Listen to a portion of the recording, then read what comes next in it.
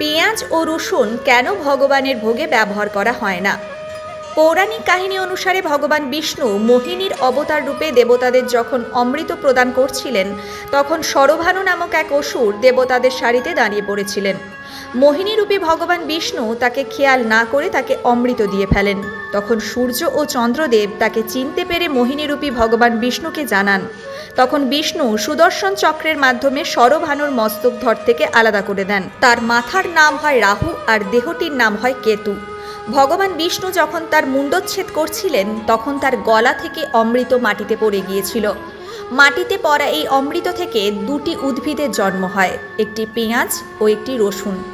অমৃত থেকে উৎপন্ন হওয়ায় পেঁয়াজ রসুনের ভেষজ গুণাবলী আছে অনেক। অসুরের রক্ত মিশ্রিত অমৃত বিন্দু থেকে উৎপন্ন হওয়ার কারণে এতে আক্ষরিক গুণাবলী মিশ্রিত আছে। তাই পেঁয়াজ ও রসুন ভগবানের ভোগে ব্যবহার করা হয় না।